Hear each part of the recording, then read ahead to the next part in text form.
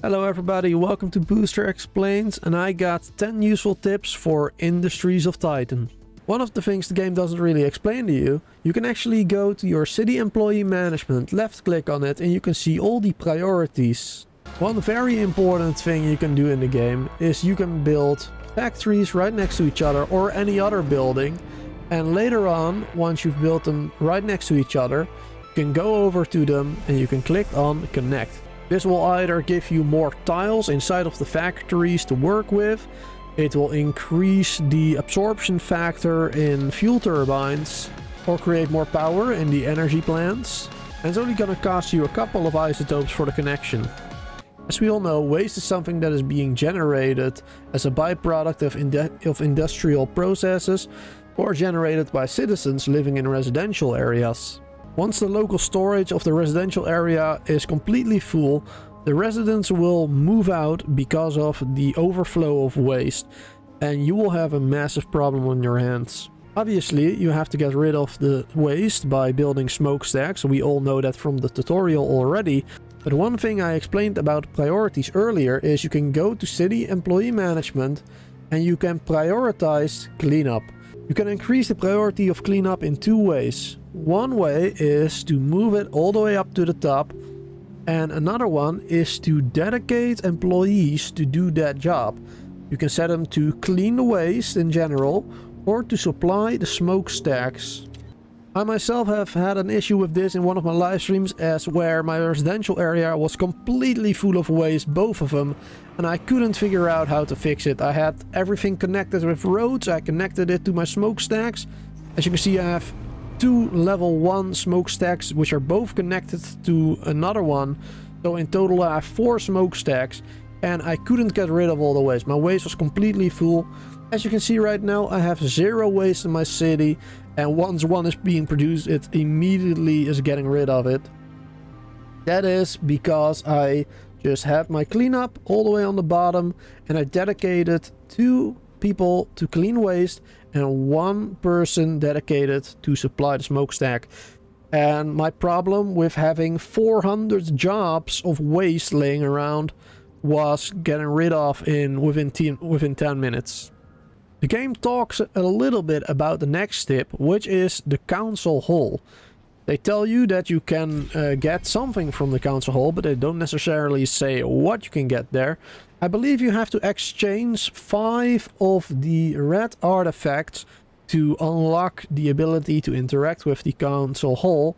But once you do that, you can request minerals, isotopes, credits for influence points. 10 influence points, which are being generated for a minute on default.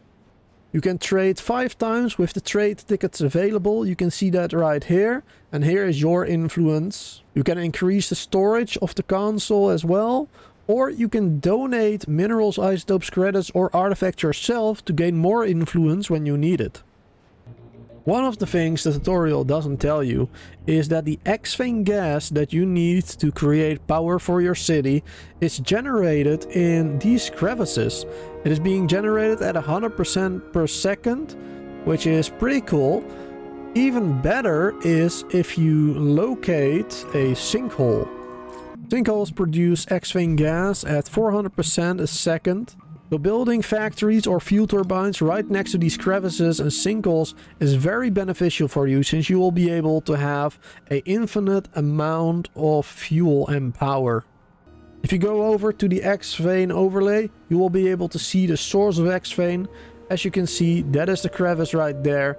There's the sinkhole right there.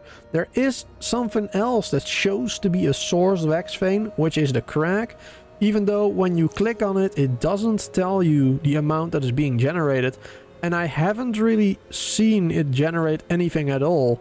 So maybe that is still to come in the future, since it is an early access game. Things might change along the way. Please do let me know down below in the comments if it did. Another useful tip is to disable your defensive turrets while you're not being under attack. You can do this by disabling it right here and enabling it if you feel like it. And if you are under attack, you can go to the defensive turret, press on the call to arms, or in the headquarters, call to arms, and that will activate all the turrets and set them to be crewed immediately.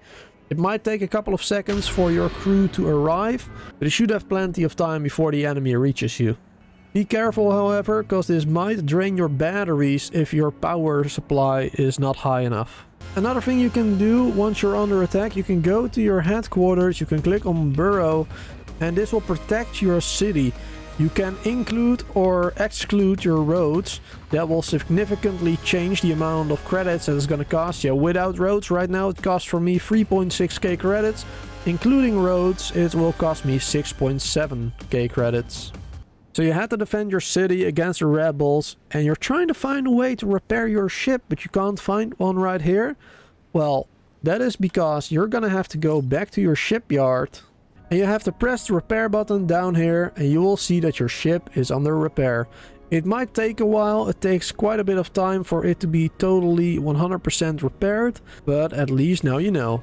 One very good tip for the beginning of the game is if you ever run out of minerals or you need more, but you don't have enough to create yourself a mine, which costs quite a bit of minerals and a little bit of isotopes, you can actually go ahead, click on a mineral patch, you can claim the area, and then you can assign an employee there, and an employee will manually go ahead and mine it.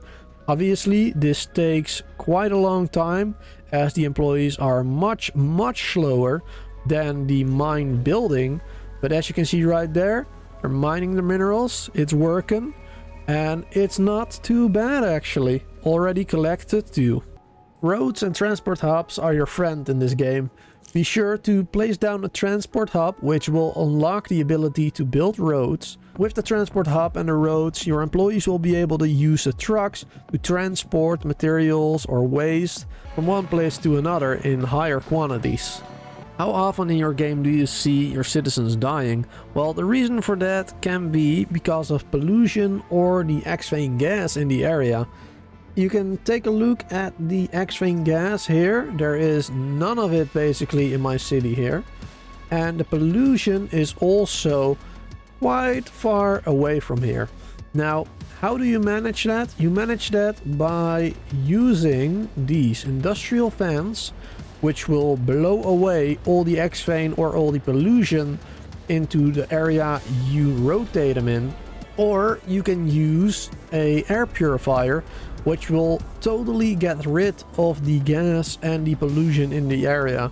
Another reason why you might want to get rid of the gas and the pollution is the livability in the residential zones for your citizens. As you can see right now, I have a livability of 527, and when I click on this little eye here, it gives me some more information about it.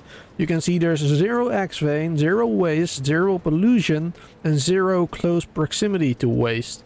There are plenty of jobs in the vicinity. That is because I have offices here and a couple of offices or workstations in one of the factories. They don't like having a Counsil Hall nearby, or I believe they also don't like a spaceport nearby because of the noise.